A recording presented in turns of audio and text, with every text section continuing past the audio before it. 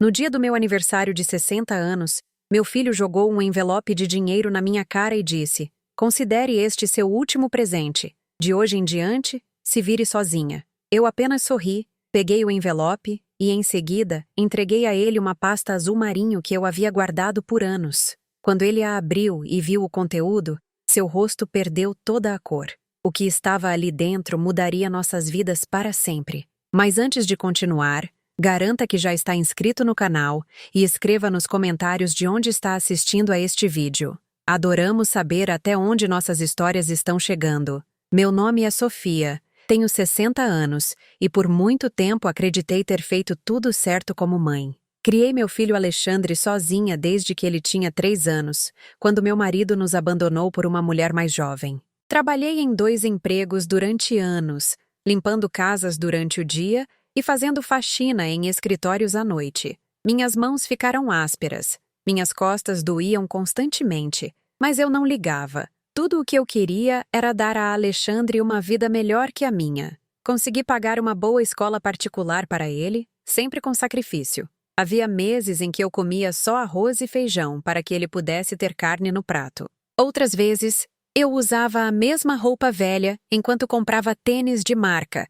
para que seus colegas não zombassem dele. Quando Alexandre entrou na faculdade de administração, vendi o único bem que me restava, um pequeno terreno que herdei de minha mãe. Era tudo o que eu tinha, minha única segurança para o futuro. Mas pensei, para que preciso disso? Meu filho é o meu futuro. Alexandre se formou com honras e rapidamente conseguiu um emprego excelente em uma multinacional. Eu estava tão orgulhosa. Finalmente, todos aqueles anos de sacrifício tinham valido a pena. Ou assim eu pensava. Nos primeiros meses depois de começar a trabalhar, Alexandre ainda vinha me visitar em nosso apartamento simples na periferia. Ele trazia algumas compras, pagava uma conta ou outra, mas com o tempo as visitas foram ficando cada vez mais espaçadas. Então, há 2 anos, ele conheceu Regina. Ela vinha de uma família rica, morava em um condomínio de luxo e claramente não me aprovava. A primeira vez que nos conhecemos,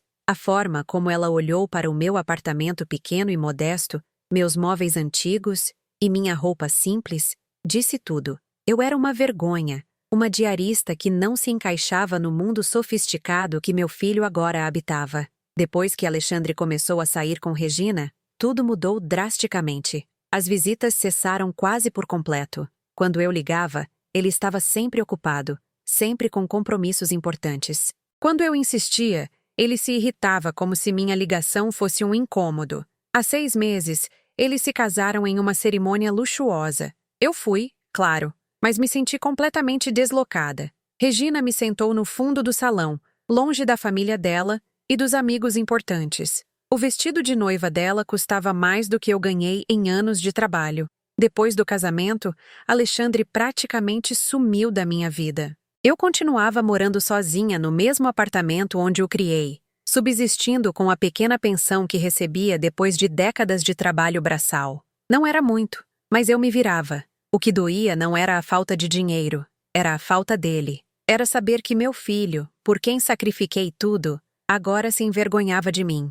Então, chegou meu aniversário de 60 anos. Eu não esperava nada grandioso. Na verdade, nem sequer esperava que Alexandre se lembrasse. Mas, para minha surpresa, na véspera do meu aniversário ele me ligou. Disse que queria me ver, que tinha algo importante para conversar. Meu coração se encheu de esperança. Talvez ele tivesse percebido o quão distante estava sendo. Talvez quisesse se reaproximar. Arrumei o apartamento da melhor forma que pude. Comprei um bolo simples na padaria e até coloquei uma toalha limpa na mesa da cozinha. Quando a campainha tocou, meu coração acelerou. Abri a porta com um sorriso, mas o que vi me gelou. Alexandre estava ali, mas seu rosto estava frio, distante. Nem sequer me abraçou. Só entrou e ficou parado na sala como se estivesse com pressa de ir embora. "Oi, mãe", disse ele sem emoção. "Feliz aniversário, Alexandre. Que bom te ver, filho. Faz tanto tempo", comecei, mas ele me interrompeu. "Olha, não posso ficar muito. Vim aqui porque preciso te dizer algo importante." Ele meteu a mão no bolso do seu terno caro e tirou um envelope gordo. Sem cerimônia, jogou o envelope na mesa da cozinha, bem na frente do bolo de aniversário que eu tinha comprado. Olhei para o envelope confusa e depois para ele. O que é isso? 50 mil reais, disse ele cruzando os braços. Considere seu presente de aniversário e também uma indenização, por assim dizer. Indenização? Minha voz saiu trêmula. Do que você está falando, Alexandre? Ele suspirou como se estivesse lidando com uma criança teimosa. Mãe, serei direto. Regina e eu estamos construindo nossa vida juntos. Temos planos, objetivos e, sinceramente, não podemos mais continuar te mantendo emocional e financeiramente. Você já é adulta, já recebe sua pensão. É hora de você seguir seu caminho e eu seguir o meu. Cada palavra foi como uma facada. Senti minhas pernas fraquejarem. Me mantendo? Filho, eu nunca te pedi nada. Sempre me virei sozinha. Exatamente. Então pode continuar se virando. Ele olhou para o relógio. Esses 50 mil reais vão te ajudar por uns meses. Depois disso, eu realmente preciso que você entenda. Você não faz mais parte da minha vida. Regina deixou bem claro que não quer ter que lidar com essa situação. Situação? As lágrimas começaram a queimar meus olhos. Eu sou sua mãe, Alexandre. Eu te criei sozinha. Eu renunciei a tudo por você. E eu te agradeço, disse ele. Mas seu tom era gélido, mecânico. Mas agora é hora de cada um seguir seu rumo. Não quero mais visitas, não quero mais ligações. Preciso focar na minha família agora, na minha esposa. Ele se virou para ir embora, mas parou quando falei. Minha voz saiu mais firme do que eu esperava. Espere. Alexandre se virou impaciente. O quê? Caminhei em direção ao quarto, sentindo meu coração bater forte no peito. Por anos guardei aquela pasta. Uma parte de mim esperava nunca ter que usá-la. Mas outra parte, a parte que sempre foi mais sábia do que eu queria admitir, sabia que este dia poderia chegar. Peguei a pasta azul marinho no fundo do armário e voltei para a sala. Alexandre me olhava com impaciência. Mãe, eu realmente tenho que ir. Eu também tenho um presente para você, eu disse, estendendo-lhe a pasta. Abra. Ele pegou a pasta com ar de desdém, como se fosse apenas mais uma bobagem sentimental de uma mãe dramática. Mas quando a abriu e seus olhos começaram a percorrer os documentos, eu vi a mudança. Primeiro confusão, depois choque e, em seguida, puro terror. O quê? O que é isso? Sua voz saiu rouca. São documentos, eu disse com calma. Documentos que provam que tudo o que você tem hoje, tudo o que conquistou, foi construído sobre uma mentira. Alexandre folheava os papéis freneticamente. Seu rosto ficava cada vez mais pálido. Eu observava em silêncio, sentindo uma estranha mistura de dor e satisfação. Dor porque meu filho havia se tornado aquilo. Satisfação porque, finalmente, a verdade estava vindo à tona. Estes documentos, comecei a explicar, minha voz surpreendentemente tranquila, provam várias coisas importantes. Primeira, a empresa onde você trabalha e conseguiu sua ascensão meteórica. Eu conheço o dono. O nome dele é Ricardo Torres. Trabalhei na casa dele por 15 anos fazendo faxina, cozinhando, cuidando dos filhos dele quando eram pequenos. Alexandre me olhou incrédulo. E daí? E daí? Continuei. Que há 3 anos, quando você estava desesperado procurando emprego depois da faculdade, eu fui procurar o Ricardo e implorei. Literalmente implorei de joelhos para que ele te desse uma oportunidade. Ele me devia favores. Muitos favores. Eu sabia coisas sobre a família dele. Coisas que ele não queria que viessem à tona. Então ele aceitou. Ele te contratou, não porque você era brilhante, mas porque ele me devia. Isso é mentira, balbuciou Alexandre, mas sua voz não tinha convicção. Está tudo documentado aí. E-mails, mensagens, até uma gravação de áudio da minha conversa com Ricardo. Ele confirma tudo. Apontei para um dos papéis. E tem mais. Aquele aumento que você conseguiu no ano passado, aquele bônus enorme que te permitiu dar a entrada no apartamento de luxo onde mora com Regina, também foi por minha causa. Eu vi as mãos dele tremendo ao segurar os papéis. Continuei implacável. 6 meses antes do seu aumento, Ricardo veio falar comigo. Disse que estava considerando te demitir porque você não estava entregando os resultados esperados. Seus relatórios eram medíocres. Você estava mais preocupado por impressionar os chefes com roupas caras do que com trabalho de verdade. Então eu fiz outro acordo com ele. Que acordo? A voz de Alexandre era quase um sussurro. Eu me ofereci para trabalhar de graça na casa dele por 1 ano.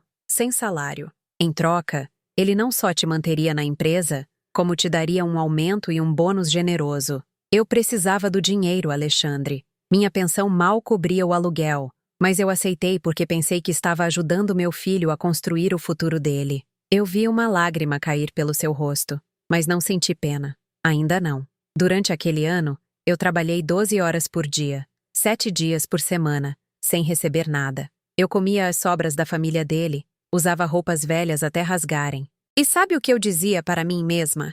É pelo Alexandre. É para ele ter uma vida melhor. Mas sabe o que você estava fazendo nesse mesmo período, filho? Ele não respondeu. Apenas me olhava com os olhos esbugalhados.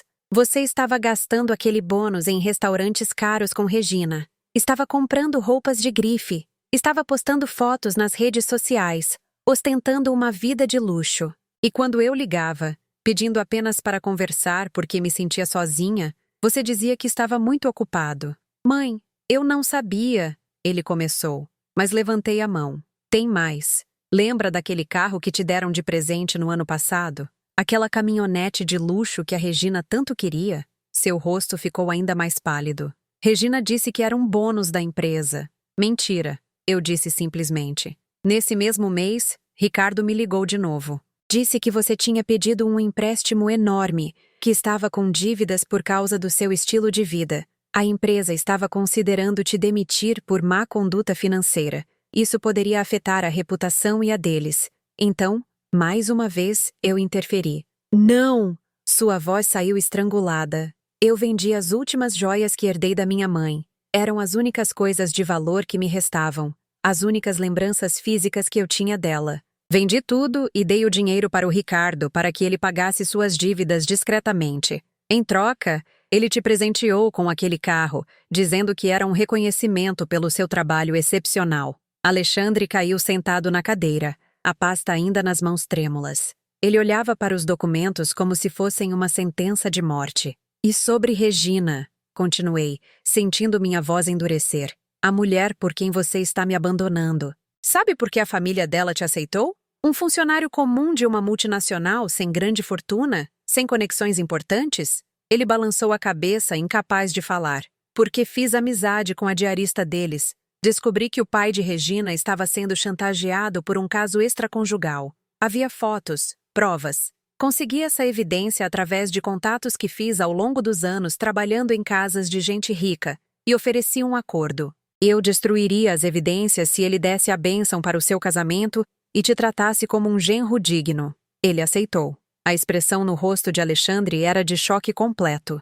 Ele parecia ter envelhecido 10 anos naqueles minutos. Então, filho, eu disse, minha voz se tornou mais firme. Tudo o que você tem hoje, seu emprego, seu aumento, seu carro, seu casamento com Regina, seu apartamento de luxo, foi construído por mim, não por você. Por mim. A diarista que você tem vergonha de chamar de mãe. Ele tentou falar, mas as palavras não saíam. Finalmente conseguiu. Por quê? Por que você fez tudo isso? Porque eu te amava. Respondi, e pela primeira vez, senti minha voz falhar. Porque você era meu filho, e acreditei que estava fazendo o melhor para você.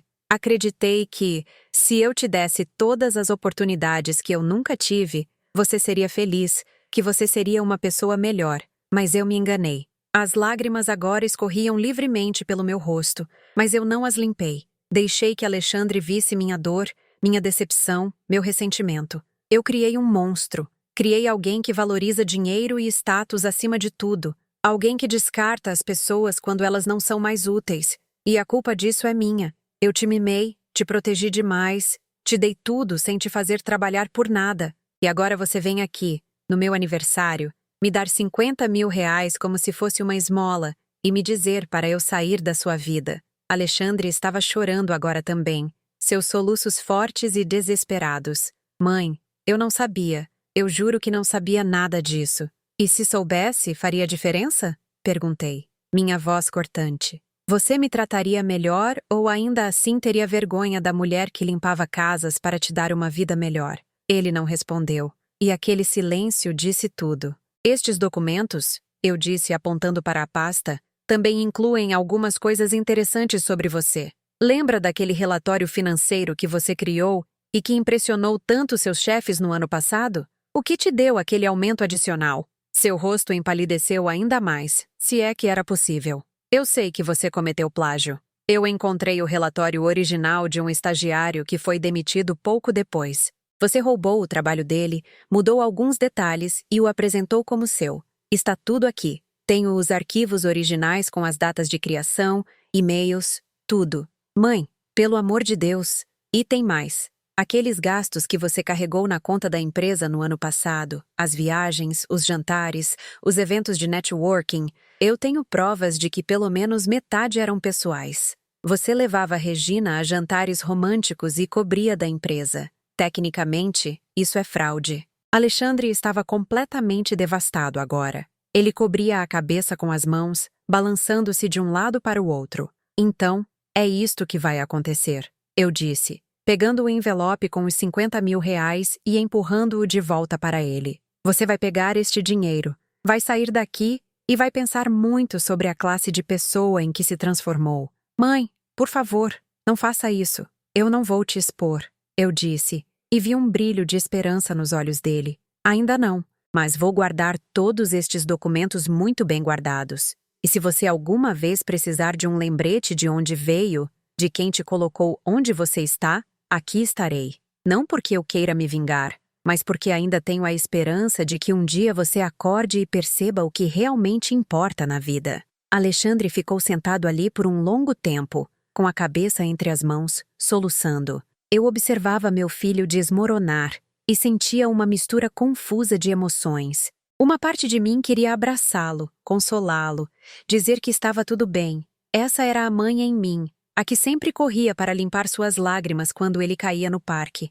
Mas outra parte, a parte que havia sido humilhada e rejeitada há alguns minutos, permanecia firme. Como você conseguiu tudo isso? Ele perguntou finalmente, a voz abafada pelas mãos. Como você sabia? Sentei-me à mesa da cozinha em frente a ele. Eu estava cansada. Não só daquele momento, mas de anos carregando o peso de segredos que eu nunca deveria ter guardado. Alexandre, você acha que as diaristas somos invisíveis, não é? Que somos apenas parte do mobiliário, sem olhos, sem ouvidos, sem inteligência. Minha voz não tinha acusação, apenas constatação. Durante 30 anos trabalhei nas casas das pessoas mais ricas e poderosas desta cidade. Eu via tudo, eu ouvia tudo. As brigas de casal no quarto ao lado enquanto eu passava roupa, os telefonemas de negócios nebulosos enquanto eu limpava o escritório, os segredos das famílias enquanto organizava os papéis deles. Ele levantou o rosto para me olhar, os olhos vermelhos e inchados.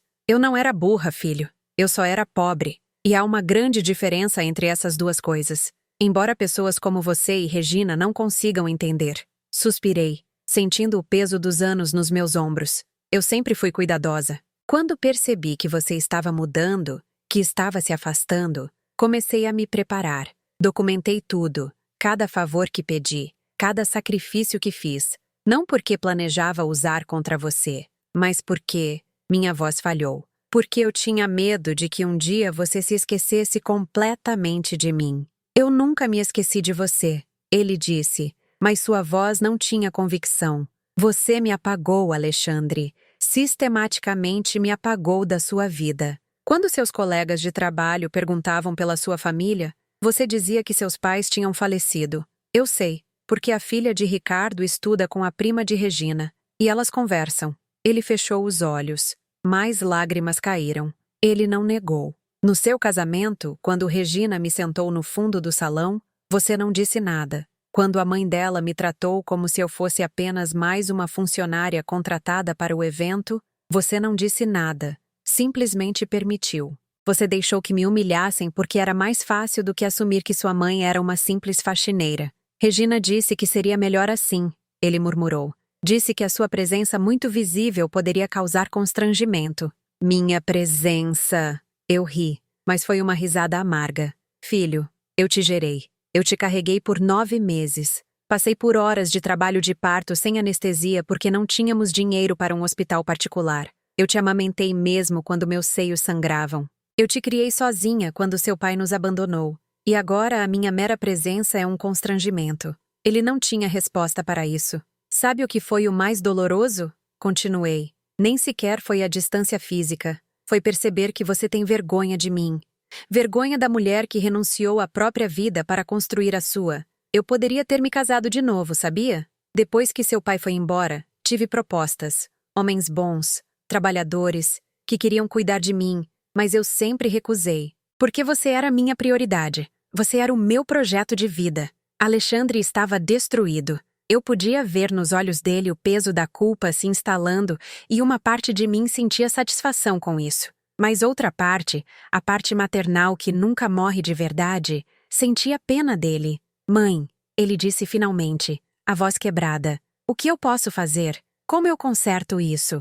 Era a pergunta que eu esperava, mas para a qual não tinha uma resposta simples. Eu não sei se você pode consertar, Alexandre. Eu não sei se eu posso perdoar, mas vou te dizer o que vai acontecer agora. Peguei a pasta e a segurei firmemente. Você vai sair daqui, vai voltar para a sua vida de luxo, sua esposa mimada, seu apartamento caro, e vai pensar muito.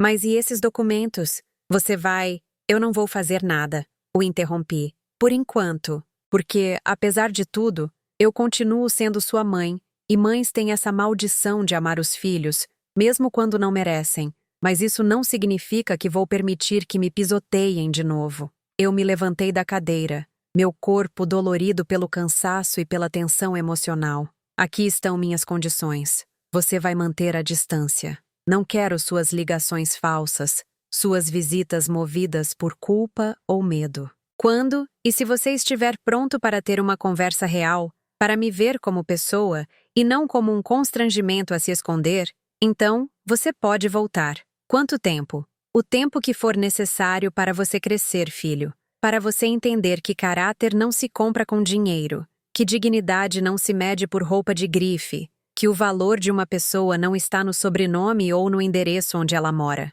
Alexandre se levantou cambaleando. Parecia ter envelhecido anos naquela conversa. Pegou o envelope com o dinheiro da mesa, mas eu vi a hesitação nos seus movimentos. Mãe, eu de verdade não sabia nada sobre os favores, sobre os sacrifícios. Se eu tivesse sabido... Mas você não saberia fazer a diferença, não é?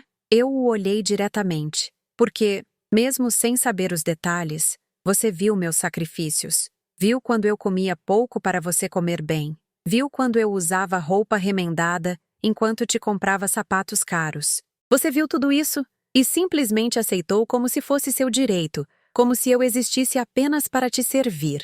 Ele não negou porque sabia que era verdade. Vá, Alexandre. E desta vez, não volte até que você possa me olhar sem sentir vergonha. Não vergonha do que você fez, mas vergonha do que eu sou. Quando você puder me apresentar aos seus amigos ricos e dizer, esta é minha mãe. Foi diarista a vida toda e é a mulher mais forte que eu conheço. Então, você pode voltar. Ele caminhou até a porta lentamente, como se cada passo doesse. No umbral, se virou uma última vez. Eu te amo, mãe. Eu sei, respondi suavemente. E eu ainda te amo também. Mas amor não é suficiente quando falta respeito. Agora vá.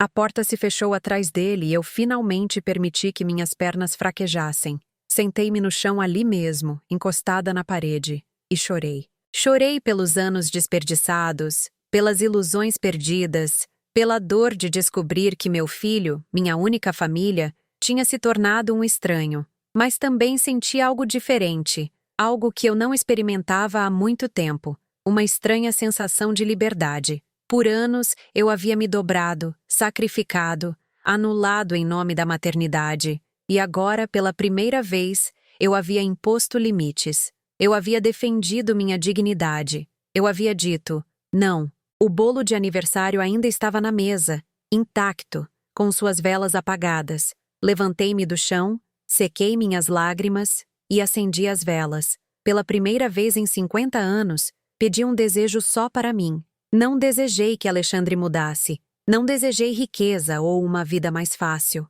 Desejei força para reconstruir minha vida, não como a mãe de alguém, mas como Sofia, simplesmente Sofia. Ao soprar as velas, senti que algo dentro de mim mudava. Talvez fosse o fim de um ciclo, ou talvez fosse o começo de algo novo. Só o tempo diria. 3 semanas se passaram desde aquela noite. 3 semanas em que meu telefone permaneceu em silêncio, sem ligações de Alexandre. Uma parte de mim esperava que ele aparecesse, que batesse na minha porta implorando perdão. Outra parte estava certa de que ele simplesmente seguiria sua vida, aliviado por não ter que manter mais a farsa de se preocupar com a mãe.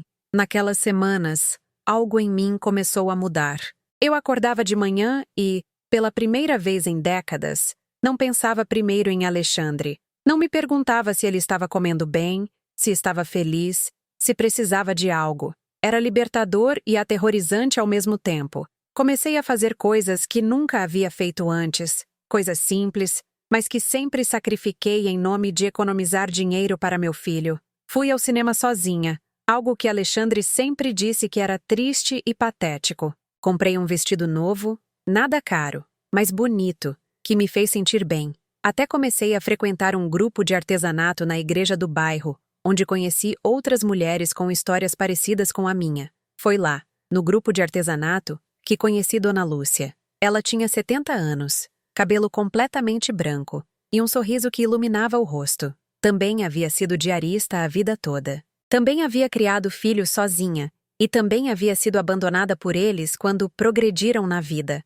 como dizia com ironia. É sempre a mesma história, me disse Dona Lúcia enquanto bordávamos juntas uma tarde. A gente se mata trabalhando, dá tudo pelos filhos e eles crescem achando que merecem tudo isso, que é nossa obrigação. E quando a gente não serve mais, quando envelhece e cansa, eles nos descartam como roupa velha. E como você lida com isso? Perguntei genuinamente curiosa. Dona Lúcia tinha uma serenidade que eu invejava. Aprendi a construir a minha própria vida, respondeu, seus dedos hábeis trabalhando no bordado. Aprendi que ser mãe é uma parte de quem eu sou, mas não é tudo. Eu sou Lúcia. Eu sou uma mulher que gosta de plantas, que borda bem, que faz um doce de leite delicioso. Eu sou mais do que apenas a mãe de alguém. As palavras dela ficaram comigo. Eu era mais do que a mãe de Alexandre, mas por tanto tempo me definia apenas por aquele papel que eu nem sequer sabia mais quem era Sofia. Foi em uma dessas tardes no grupo que meu telefone tocou. Era um número desconhecido. Hesitei antes de atender. Alô, senhora Sofia. A voz era feminina, jovem, nervosa. Sim, quem fala? Meu nome é Carla. Eu trabalho com o seu filho Alexandre. Meu coração disparou. Aconteceu algo? Ele está bem? Ele está bem, fisicamente, disse Carla. E havia algo na sua voz que me deixou alerta. Mas eu preciso falar com a senhora pessoalmente, se for possível. É importante. Concordamos em nos encontrar em uma cafeteria do centro no dia seguinte. Passei a noite inteira sem dormir, imaginando o que aquela garota iria querer. Seria alguma mensagem de Alexandre? Ele estava doente? Teria acontecido algo grave? Quando cheguei à cafeteria, reconheci Carla imediatamente. Ela estava sentada em um canto, mexendo nervosamente sua xícara de café. Era jovem, talvez uns 20 e poucos anos, bonita, com ar de quem carregava um peso grande demais para os ombros. Senhora Sofia, ela se levantou quando me viu. Sou eu. Sentei-me em frente a ela. O que aconteceu? Alexandre está bem? Carla respirou fundo. Eu não sabia se devia fazer isso. Eu estive pensando por semanas. Mas quando descobri sobre a senhora, bom, eu achei que tinha que contar. Me contar o quê? Ela olhou ao redor, como se certificando de que ninguém estava ouvindo. Eu trabalho no departamento do Alexandre há 2 anos. Fui eu quem fez aquele relatório. O relatório que ele roubou e apresentou como dele. A senhora sabe sobre isso? Não só sei, como tenho provas, disse ela, tirando uma pasta da bolsa. Eu tenho os arquivos originais, e-mails, tudo. Quando eu descobri o que ele tinha feito, fiquei furiosa, mas eu era só uma estagiária. Ninguém iria acreditar em mim contra um gerente estabelecido. Então guardei as provas esperando uma oportunidade. E agora? Agora ele está fazendo a mesma coisa de novo, disse Carla, os olhos brilhando de raiva. Tem uma nova estagiária no departamento, a Juliana. Ela é brilhante, trabalha até tarde, faz análises incríveis, e o Alexandre está roubando o trabalho dela também. Eu já o vi copiando arquivos do computador dela, modificando e apresentando como seus nas reuniões. Senti minha mão apertar a xícara de café com tanta força que pensei que ia quebrar. Por que você está me contando isso? Porque eu ouvi a conversa dele com a Regina outro dia, disse Carla, abaixando a voz. Eles estavam falando da senhora. Regina estava rindo, dizendo que foi um alívio se livrar da velha vergonhosa. E Alexandre concordou. Disse que foi a melhor decisão que ele tomou, cortar a senhora da vida dele. Cada palavra foi uma facada, mas mantive meu rosto neutro. E tem mais, continuou Carla. Eles estão planejando processar a senhora. Ah, me processar por quê? Regina descobriu sobre os documentos que a senhora tem. Não sei como, mas sabe. E ela está convencendo o Alexandre a entrar com um processo legal contra a senhora por... Bom, as palavras exatas dela foram chantagem e extorsão. Eles dizem que a senhora está usando informação falsa para tentar conseguir dinheiro dele. Eu ri, mas foi uma risada sem humor. Claro que estão. Porque não permita a Deus que meu filho tenha que enfrentar as consequências dos próprios atos. Carla me olhou com compaixão. Senhora Sofia, eu não a conheço. Mas qualquer pessoa que trabalha com o Alexandre sabe que ele é... Bom, não é uma boa pessoa. Ele rouba o trabalho dos outros, trata mal os subordinados, e só chegou aonde está por conexões e manipulação. Quando eu descobri sobre a senhora, o que fez por ele, e vi como ele a está tratando agora, ela balançou a cabeça. Eu não podia ficar calada. O que você quer que eu faça com essa informação? Honestamente, eu quero que a senhora o exponha, disse Carla com veemência. Não só por mim ou pela Juliana, mas por todas as pessoas que ele prejudicou no caminho. Ele precisa enfrentar consequências. E se a senhora tiver provas adicionais junto com o que eu tenho? Ela empurrou a pasta pela mesa. Podemos fazer com que ele perca tudo. Peguei a pasta sentindo seu peso. Era tentador, tão tentador. Alexandre havia me usado, me descartado, e agora planejava me processar. Uma parte de mim queria vingança. Queria ver meu filho perder tudo, como eu perdi tudo por ele. Mas outra parte, a parte que Dona Lúcia estava me ensinando a ouvir, hesitava. Eu preciso pensar nisso, eu disse. Finalmente. Eu entendo, assentiu Carla. Mas, senhora Sofia, não demore muito. O processo que eles estão preparando contra a senhora pode ser apresentado a qualquer momento. E quando isso acontecer, a senhora vai precisar se defender. Voltei para casa com a pasta de Carla, sentindo o peso de uma decisão impossível sobre meus ombros. Eu tinha em minhas mãos o poder de destruir meu filho por completo, não só revelar seus esquemas passados, mas também os atuais. Com as minhas provas, mais as de Carla, Alexandre perderia o emprego, a reputação, possivelmente até enfrentaria processos judiciais. Mas ele era meu filho. E apesar de tudo, apesar da dor e da traição, uma parte de mim ainda se lembrava do menino pequeno que costumava me abraçar e me dizer que eu era a melhor mãe do mundo. Naquela noite, sentada na minha pequena cozinha, espalhei as provas pela mesa, as minhas de um lado, as de Carla do outro. Era um arsenal de informação devastadora, e-mails comprometedores, arquivos roubados, testemunhos documentados, tudo o que eu precisaria para destruir Alexandre. Peguei meu telefone, olhando para a tela por um longo tempo. Eu tinha o contato de um advogado que conheci anos atrás, um dos filhos de uma casa onde trabalhei. Ele me havia dado o cartão, dizendo que se alguma vez eu precisasse de ajuda jurídica, era só ligar. Eu poderia fazer isso, poderia ligar para ele, entregar tudo e deixar a justiça seguir seu curso. Mas minha mão tremia, não de medo, mas de dúvida. Se eu fizesse isso, não haveria volta atrás. Seria o fim definitivo do meu relacionamento com Alexandre. Eu estaria escolhendo a justiça em detrimento do meu filho. Estaria escolhendo a minha dignidade em detrimento do amor maternal. O telefone tocou, fazendo-me saltar de susto. Era Dona Lúcia. Sofia, querida, tudo bem? Sua voz calorosa preencheu a linha. Você saiu tão apressada hoje da igreja? Fiquei preocupada. Eu lhe contei sobre Carla, sobre as novas provas, sobre o processo que Alexandre planejava contra mim. Contei tudo em um fluxo de palavras, minha voz se quebrando em alguns momentos. Quando terminei, houve um longo silêncio do outro lado. Então, Dona Lúcia disse algo que mudou minha perspectiva. Sofia, você sabe qual foi o meu maior erro com meus filhos? Qual? Eu sempre os protegi das consequências. Sempre. Quando roubavam na escola, eu pagava discretamente e nunca permitia que fossem punidos. Quando reprovavam, eu culpava os professores. Quando se metiam em encrenca, eu resolvia tudo nos bastidores. Eu achei que estava sendo uma boa mãe. Mas, na verdade, eu estava criando adultos que nunca aprenderam responsabilidade. Suas palavras ressoaram em mim porque eu havia feito exatamente o mesmo com Alexandre. Quando meus filhos me abandonaram, continuou ela, não foi por crueldade. Foi porque eles nunca aprenderam que ações têm consequências. Nunca aprenderam empatia, porque eu sempre facilitei tudo para eles. E quando eu não servia mais para lhes facilitar a vida, quando me tornei um fardo em vez de uma solução, eles me descartaram.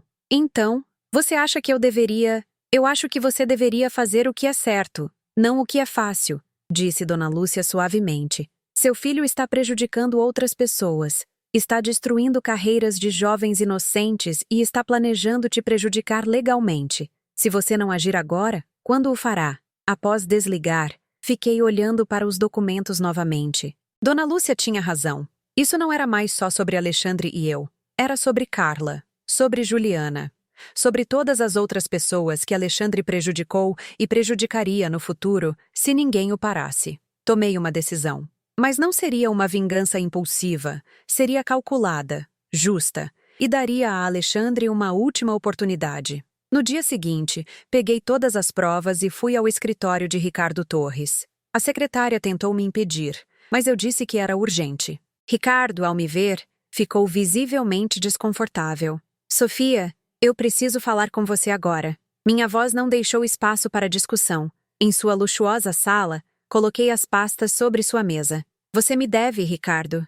Me deve anos de favores que fiz sem pedir nada em troca. Agora, eu estou pedindo algo.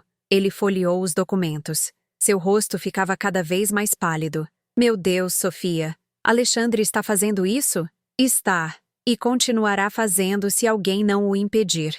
Você o contratou por minha causa. Agora eu preciso que você faça o que é certo. O que você quer? Quero que você investigue oficialmente. Quero que você faça uma auditoria completa do trabalho dele. Quero que você dê às pessoas cujos trabalhos foram roubados o crédito que merecem. E quero que Alexandre enfrente as consequências adequadas dentro da empresa. Isso arruinará a carreira dele, você sabe. Ele está arruinando a carreira de outras pessoas. Eu disse firmemente. E se você não agir, eu vou levar isso para fora da empresa. Vou para a imprensa, para as autoridades reguladoras, para onde for necessário. Ricardo suspirou pesadamente. Está bem, abrirei uma investigação interna. Mas, Sofia, você tem certeza? Ele é seu filho. Justamente por isso. Porque o amo, eu preciso deixar que ele enfrente as consequências das próprias ações. É a única chance dele de se tornar uma pessoa melhor. A investigação começou discretamente. Ricardo foi cuidadoso, mas minucioso. Convocou Carla e Juliana para depoimentos. Reviu todos os trabalhos de Alexandre dos últimos 3 anos. Cruzou datas e arquivos e o que encontrou foi ainda pior do que eu imaginava. Alexandre não havia roubado apenas Carla e Juliana. Ele havia feito isso com pelo menos 5 funcionários diferentes ao longo dos anos. Alguns tinham deixado a empresa por frustração. Outros foram demitidos quando reclamaram. Alexandre havia construído toda sua carreira sobre o trabalho dos outros. 2 semanas depois, recebi uma ligação de Ricardo. Sofia, preciso te informar. Vamos demitir Alexandre amanhã com justa causa. As evidências são irrefutáveis. E mais do que isso, algumas das pessoas que ele prejudicou estão considerando processos judiciais. Meu coração se apertou, mas eu sabia que era o correto. Obrigada, Ricardo, por fazer o certo. Sofia, você tem certeza de que não quer que eu mencione sua participação? Ele nunca saberá que foi você quem... Ele precisa saber, o interrompi. Ele precisa saber que as ações dele têm consequências e precisa saber que eu não vou mais protegê-lo quando ele erra. No dia seguinte, Alexandre foi chamado ao escritório de Ricardo. Eu não estava lá, mas Ricardo me contou depois o que aconteceu. Alexandre entrou confiante, pensando que seria mais um aumento. Afinal, ele tinha acabado de entregar outro relatório brilhante. Ricardo colocou todas as evidências sobre a mesa. Os arquivos originais, os depoimentos, as datas que provavam o plágio. Alexandre tentou negar no início, mas as provas eram incontestáveis. Ele ficou pálido, depois vermelho de raiva, depois pálido de novo. Quem fez isso? Ele teria perguntado, segundo Ricardo. Quem me entregou? E Ricardo disse a verdade. Sua mãe. Aparentemente, Alexandre ficou em choque. Ele não acreditava que eu fosse capaz, que sempre o protegi, sempre limpei as bagunças dele, teria a coragem de expô-lo. Ela entregou documentos mostrando não só o que você fez aqui, mas também os fraudes dos gastos, o plágio anterior, tudo, explicou Ricardo. E sabe o que é mais irônico? Ela poderia ter te destruído por completo há semanas. Ela tinha toda essa informação, mas só agiu quando soube que você estava prejudicando outras pessoas inocentes e, inclusive, planejando processá-la. Alexandre foi demitido no mesmo instante, sem indenização, sem referências, com uma mancha permanente em seu histórico profissional. Ricardo também informou que a empresa não o processaria criminalmente se ele devolvesse todos os bônus recebidos indevidamente e assinasse um acordo de confidencialidade, mas isso não impedia que as vítimas individuais o processassem. Naquela noite, meu telefone explodiu com mensagens. Primeiro de Alexandre, uma sequência frenética de textos. Como você pôde fazer isso comigo? Você me destruiu. Eu sou seu filho. Nunca vou te perdoar por isso. Depois veio Regina, ainda mais venenosa, velha invejosa. Não suporta ver seu filho feliz. Vamos te processar por tudo o que você tem, que não é nada mesmo. Você vai pagar por isso. Li todas as mensagens em silêncio. Não respondi. Não havia nada a dizer. Eles queriam que eu me sentisse culpada, que me dobrasse e implorasse perdão. Mas eu não sentia culpa. Sentia paz. Porque pela primeira vez na minha vida, eu havia feito o que era certo em vez do que era conveniente. Eu havia protegido os inocentes em vez de proteger meu filho de seus próprios atos. E se isso significava que Alexandre nunca mais me falaria, então, que assim fosse. Os dias seguintes foram uma tempestade. A história de Alexandre vazou na empresa e, como essas coisas costumam vazar, chegou aos círculos sociais onde ele e Regina se moviam. A queda foi espetacular. O apartamento de luxo dependia do salário que ele não tinha mais. O carro caro seria vendido para pagar dívidas. A roupa de grife, os jantares caros, o estilo de vida que Regina tanto amava, tudo desaparecendo. Carla me ligou uma semana após a demissão. Senhora Sofia, eu só queria agradecer. Juliana e eu recebemos o crédito pelos nossos trabalhos e a empresa está implementando novos protocolos para evitar que isso aconteça com outras pessoas. Fico feliz que algo de bom tenha saído disso. Eu disse sinceramente. Tem algo que a senhora precisa saber. Hesitou Carla. Alexandre está... bom, está mal. Regina terminou com ele 3 dias depois da demissão. Aparentemente, ela não estava interessada em um marido desempregado, sem perspectivas, e a família dela cortou todos os laços. Senti uma pontada de dor ao ouvir isso, mas não surpresa. Como você sabe disso? Ele apareceu na empresa ontem tentando falar com Ricardo. A segurança teve que escoltá-lo para fora. Ele estava desorientado, com a aparência descuidada, muito diferente do Alexandre sempre impecável que conhecíamos. Após desligar, fiquei sentada por um longo tempo pensando. Alexandre estava pagando o preço de suas ações, mas o custo estava sendo alto, mais alto do que eu tinha imaginado. E apesar de tudo o que ele fez, ele continuava sendo meu filho. Mas Dona Lúcia me havia ensinado algo importante. Amar alguém não significa protegê-lo das consequências. Às vezes, o maior ato de amor é permitir que caiam para que possam aprender a se levantar. 2 semanas depois da demissão, minha porta foi assaltada por batidas frenéticas. Quando abri, lá estava Alexandre. Mas não era o Alexandre impecável que me havia visitado no meu aniversário. Era uma versão destruída dele. Barba por fazer, roupas amarrotadas, olhos vermelhos e inchados. Mãe, foi tudo o que ele conseguiu dizer antes de desmoronar. Ele literalmente caiu de joelhos na minha porta, soluçando incontrolavelmente. Fiquei ali olhando para ele, meu coração dividido. Uma parte de mim queria ajudá-lo a entrar, abraçá-lo, dizer que estava tudo bem. Mas outra parte, a parte que estava aprendendo a se valorizar, hesitava. Alexandre, minha voz saiu mais firme do que eu esperava. Por que você está aqui? Eu perdi tudo, ele soluçou. Meu emprego, Regina, meu apartamento, vão executar minha dívida. Eu não tenho ninguém, não tenho nada. E o que você quer? Que eu resolva tudo de novo? Que eu te salve mais uma vez? Ele levantou o rosto, surpreso com minha frieza. Você é minha mãe. Sim, eu sou. E foi justamente por ser sua mãe que eu fiz o que fiz. Eu cruzei os braços. Você não está aqui porque quer pedir desculpas. Você está aqui porque precisa de algo de mim, novamente. Isso não é justo. Não é justo? Minha voz se elevou. Você roubou o trabalho de pessoas inocentes, prejudicou carreiras, me humilhou, me rejeitou, planejava me processar. E eu não sou justa? Ele ficou em silêncio, ainda de joelhos na minha porta. Se você quiser entrar nesta casa, eu disse devagar, terá que ser com honestidade, sem desculpas, sem justificativas. Você vai ter que admitir o que fez, não só comigo, mas com todas as pessoas que prejudicou. E vai ter que me dizer, você está aqui porque sente remorso genuíno ou só porque está desesperado? Alexandre ficou ali, lutando consigo mesmo. Eu podia ver a batalha interna nos seus olhos. Finalmente, ele sussurrou. Eu não sei. Eu não sei mais de nada. Era a primeira resposta honesta que ele me dava em anos.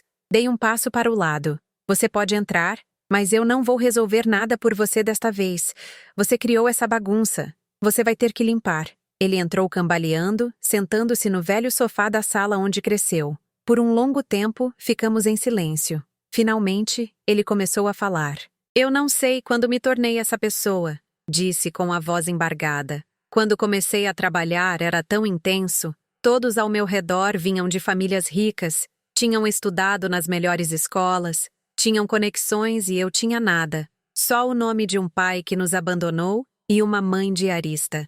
Senti a facada das palavras, mas o deixei continuar. Então, quando eu vi a oportunidade de pegar um atalho, de fingir que eu era melhor do que realmente era, eu peguei e funcionou. As pessoas me respeitavam. Regina me notou. Eu finalmente me sentia importante. E onde eu me encaixava nessa sua nova vida importante? Perguntei suavemente. Ele fechou os olhos. Você era um lembrete de onde eu vim e eu tinha vergonha disso. Eu tinha vergonha de você. As lágrimas corriam pelo seu rosto. Eu sou um monstro. Regina tinha razão quando disse isso antes de terminar comigo. Disse que eu era um homem vazio, sem caráter, que só valia algo por causa do dinheiro. Regina se enganou, eu disse. E ele me olhou surpreso. Você não é vazio. Você tomou decisões terríveis.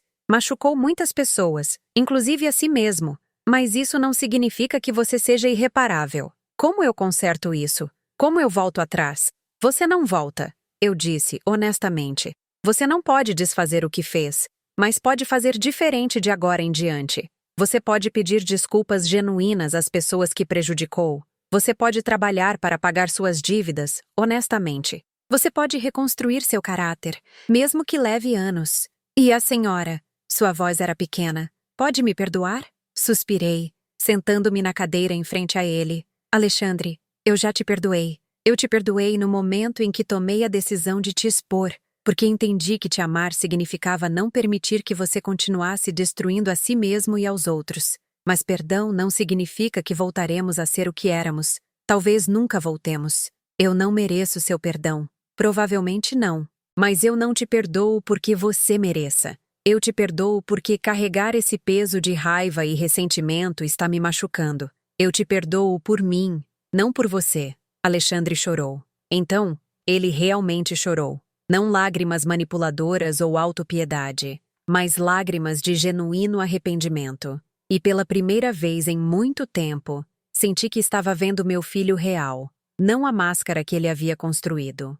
Você pode ficar aqui esta noite, eu disse finalmente. Mas amanhã você tem que começar a arrumar sua vida. Eu vou te ajudar, mas não da forma como você está acostumado, sem resolver seus problemas, sem te facilitar as coisas. Você vai ter que trabalhar de verdade desta vez. Os meses seguintes foram os mais difíceis e, paradoxalmente, os mais transformadores para nós dois. Alexandre ficou dormindo no meu sofá por algumas semanas, enquanto tentava se recompor. Não foi fácil para nenhum de nós. Eu tinha que resistir constantemente ao impulso de resolver tudo por ele, de protegê-lo como sempre fiz. E ele tinha que aprender a fazer coisas básicas que nunca precisou fazer. Consegui um emprego temporário para ele em uma empresa de limpeza. Sim, limpeza, onde trabalhei a vida toda. A ironia não passou despercebida para nenhum de nós. A senhora quer que eu seja faxineiro? Ele perguntou incrédulo quando contei sobre a vaga.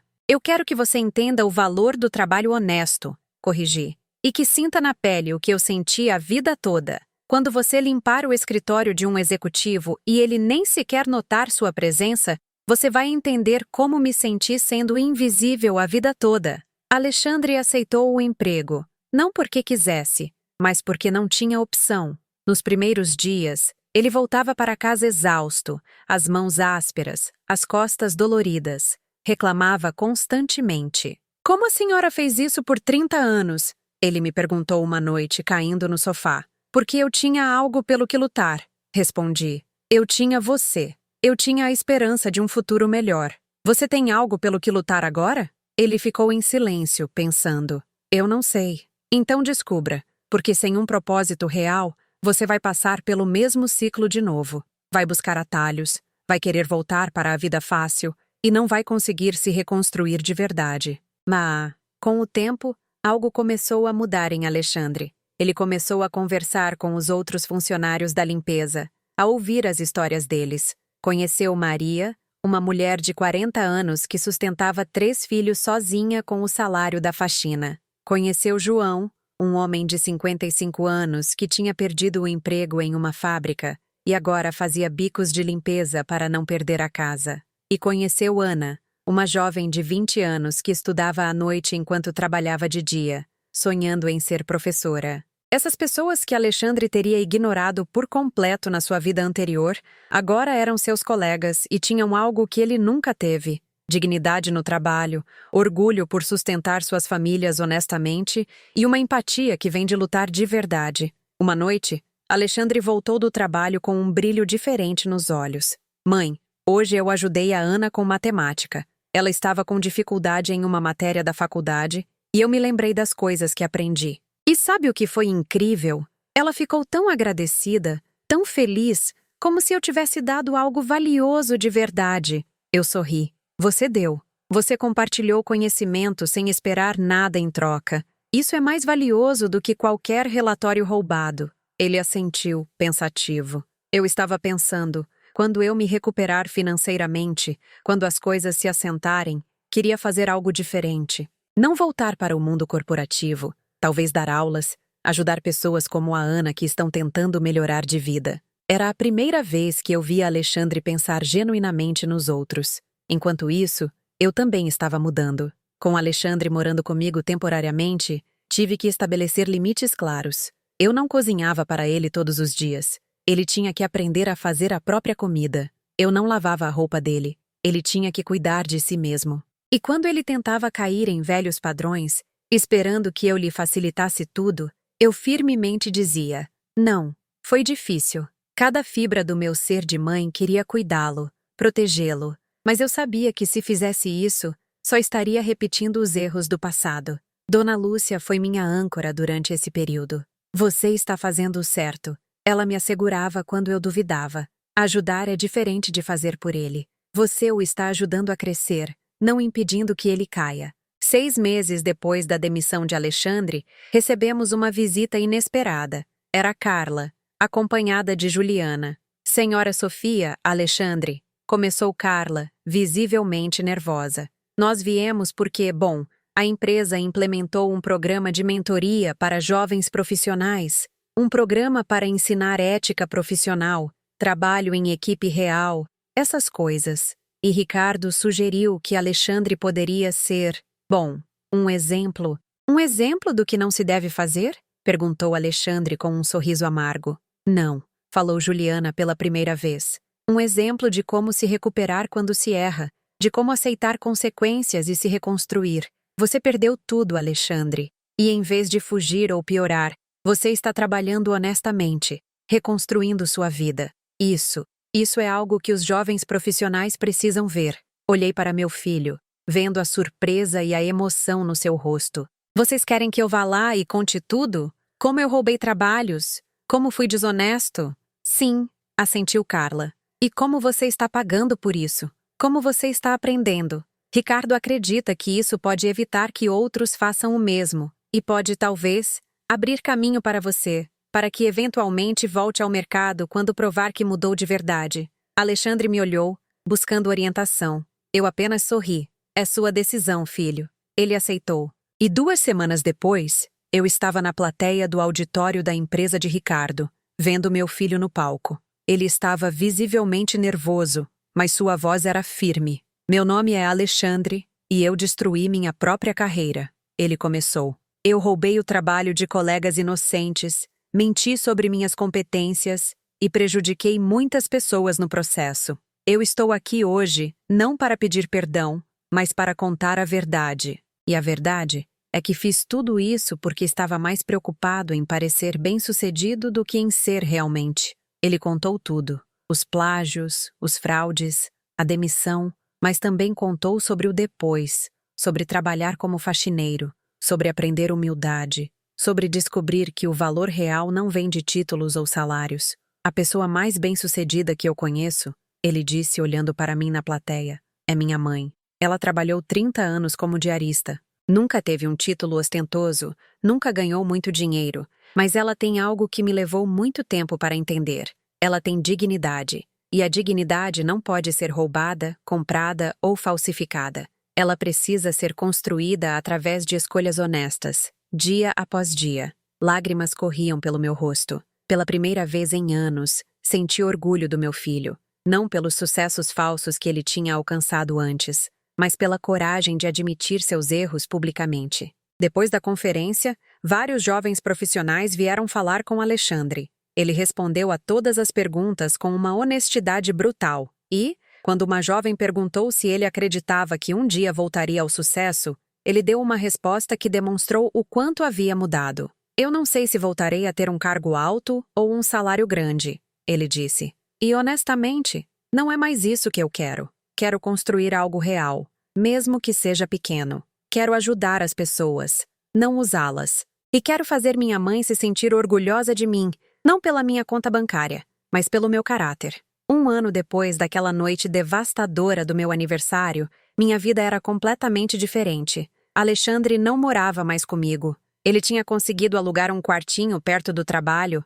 mas me visitava regularmente, não por obrigação ou necessidade, mas porque queria. Nossas conversas eram diferentes, agora reais. Ele me contava sobre os desafios do trabalho, sobre os colegas, sobre seus sonhos de um dia abrir um pequeno centro de reforço escolar para pessoas de baixa renda que quisessem entrar na universidade. E eu lhe contava sobre minha vida também, sobre o grupo de artesanato, sobre as amigas que fiz, sobre os planos de finalmente viajar um pouco com a pensão que eu estava juntando. Sabe o que é engraçado? Me disse Alexandre um dia enquanto tomávamos café na minha cozinha. Quando eu tinha tudo, o apartamento, o carro, o salário alto, eu era miserável. Eu estava constantemente ansioso, com medo de ser descoberto, tendo que manter uma fachada. Agora, morando em um quartinho, trabalhando em um emprego humilde, eu durmo em paz pela primeira vez em anos. É porque agora você é honesto, eu disse. Você não precisa mais sustentar mentiras. Ele assentiu. Regina me ligou outro dia. Você acredita? Ligou. O que ela queria? Aparentemente, ela terminou com o novo namorado rico dela e estava sentindo minha falta. Ele fez aspas com os dedos. Disse que estava disposta a me dar outra chance se eu voltasse ao bom caminho. E você? Bloqueei o número dela. Ele disse simplesmente. Eu percebi que nunca amei a Regina. Eu amava a ideia dela, o status que representava, mas não a pessoa real. E ela nunca me amou também. Amava o que eu podia dar a ela. Foi um sinal de maturidade que eu nunca pensei ver no meu filho. As estagiárias Carla e Juliana se tornaram nossas amigas. Elas me visitavam ocasionalmente, trazendo bolos e conversando sobre as vidas delas. Carla havia sido promovida. Juliana estava prestes a se formar, e ambas sempre enfatizavam que o programa de ética da empresa, iniciado depois do caso de Alexandre, estava fazendo uma diferença real. Sabe, senhora Sofia, me disse Juliana uma vez, o que seu filho fez foi terrível, mas o que a senhora fez, expô-lo mesmo sendo a mãe dele, salvou muitas futuras carreiras, incluindo a minha e a da Carla. Ricardo também, eventualmente, se tornou um aliado inesperado. Ele me procurou meses depois de tudo, dizendo que queria fazer as pazes com sua consciência. Sofia, por anos eu te usei. Eu te paguei mal, te sobrecarreguei e, em troca, você sempre foi leal. Quero compensar isso de alguma forma. Ele se ofereceu para me pagar retroativamente por aquele ano que trabalhei de graça. Eu aceitei, mas não para mim. Usei o dinheiro para criar um pequeno fundo de bolsas de estudo para filhos de diaristas para que pudessem estudar, em honra a todas as mulheres como eu, que sacrificaram tudo pelos seus filhos. Alexandre se emocionou profundamente quando soube. Mãe, esse dinheiro era seu. Você trabalhou por ele. E eu estou usando da forma que me faz feliz. Respondi. Estou usando para dar a outras pessoas as oportunidades que eu lhe dei, mas desta vez, com a esperança de que elas as valorizem mais. 2 meses atrás, algo inesperado aconteceu. Alexandre conheceu Fernanda, uma professora de escola pública, que também fazia um bico em uma lanchonete aos fins de semana para complementar sua renda. Ela era simples, genuína e não se impressionava com fachadas. Quando Alexandre tentou impressioná-la contando sobre sua vida anterior, ela o cortou. Eu não me importo quem você foi, ela disse. Eu me importo quem você é agora. Alexandre a trouxe para me conhecer, nervoso. Mãe, esta é Fernanda. Ela é importante para mim. Fernanda me abraçou calorosamente, sem nenhum traço de julgamento ou superioridade. Senhora Sofia, Alexandre me contou tudo sobre os erros dele, sobre a senhora, sobre como teve a coragem de fazer o certo, mesmo sendo difícil. A senhora é uma inspiração. Pela primeira vez, senti que meu filho estava com alguém que realmente o via. Não a fachada, não o potencial de dinheiro, mas o homem real, falível e tentando melhorar. Meu aniversário de 61 anos foi completamente diferente do anterior. Alexandre apareceu com Fernanda, trazendo um bolo simples que eles mesmos fizeram. Dona Lúcia veio com o grupo de artesanato da igreja. Carla e Juliana também apareceram. Não foi luxuoso, não teve nada ostentoso. Mas quando olhei em volta da minha pequena sala, cheia de pessoas que genuinamente se importavam umas com as outras, me senti rica, mais rica do que qualquer dinheiro poderia me fazer sentir. Alexandre fez um brinde. Há um ano, eu estava no meu pior momento. Eu tinha perdido tudo e estava destruído. E esta mulher aqui, ele me apontou com lágrimas nos olhos. Poderia ter me rejeitado. Eu merecia, mas ela fez algo mais difícil. Ela me amou o suficiente para não me salvar. Ela me amou o suficiente para me deixar cair, para me deixar aprender. Ele se virou para mim. Mãe, por anos eu a tratei como se não valesse nada, mas a verdade é que eu não valia nada. A senhora sempre foi incrível, forte, digna, trabalhadora. Fui eu que estava cego demais para ver. Hoje, eu não tenho muito para lhe dar. Não tenho dinheiro, não tenho status, mas tenho algo que nunca tive antes. Tenho caráter. E isso eu aprendi com a senhora. Não havia olhos secos na sala. Então, obrigado, ele continuou. Obrigado por não desistir de mim, mesmo quando eu desisti de você.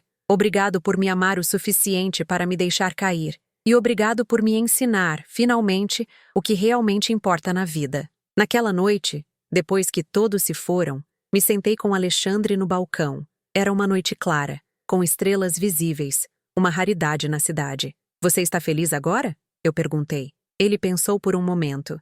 Sabe? Não tenho certeza se feliz é a palavra certa. Eu tenho paz. Eu acordo de manhã e não tenho medo de ser descoberto, de ser exposto. Eu me olho no espelho e reconheço a pessoa que vejo. E eu tenho esperança. Esperança real em um futuro construído sobre bases sólidas, não sobre mentiras. Isso é mais do que felicidade, eu disse. Isso é plenitude. E a senhora, mãe, está feliz? Pensei na pergunta. Há um ano, eu teria dito que não. Eu estava sozinha, abandonada, com um filho que tinha vergonha de mim. Mas agora estou, respondi honestamente. Porque descobri que ser mãe é parte de quem eu sou, mas não é tudo. Eu sou Sofia. Sou uma mulher que sobreviveu a décadas de trabalho duro, que criou um filho sozinha, que teve a coragem de fazer o certo, mesmo quando doeu. Sou uma mulher que tem amigas, passatempos, sonhos próprios. E sim, ainda sou sua mãe, mas agora em termos diferentes. Alexandre segurou minha mão. Obrigado por não desistir de si mesma. Eu quero dizer, por não se perder completamente em mim. Apertei a mão dele de volta. Quase me perdi, mas descobri que nunca é tarde para se reencontrar. Hoje, quando olho para trás, Não me arrependo de nada, nem dos sacrifícios que fiz por Alexandre. Eles vieram do amor, mesmo que equivocado, nem de tê-lo exposto. Foi o maior ato de amor que eu poderia ter feito. Porque às vezes, amar alguém significa deixá-lo enfrentar as consequências de seus atos. Alexandre não é perfeito agora. Ele ainda comete erros, ainda tem dias difíceis, mas está tentando, genuinamente tentando ser uma pessoa melhor. E isso é tudo o que eu sempre quis. Quanto a mim, aprendi que meu valor não está em quanto sacrifiquei, mas em quem eu sou. Aprendi que estabelecer limites não é falta de amor, é amor próprio. Aprendi que ser mãe é importante, mas não é minha única identidade. E aprendi que às vezes, o maior presente que podemos dar a alguém não é o nosso sacrifício, mas a nossa coragem para deixá-lo encontrar o próprio caminho. Agora, se você gostou desta história, clique em se inscrever e me diga nos comentários qual parte a deixou de boca aberta. E não se esqueça de se tornar membro para ter acesso a vídeos exclusivos que eu não posto aqui. Espero você lá!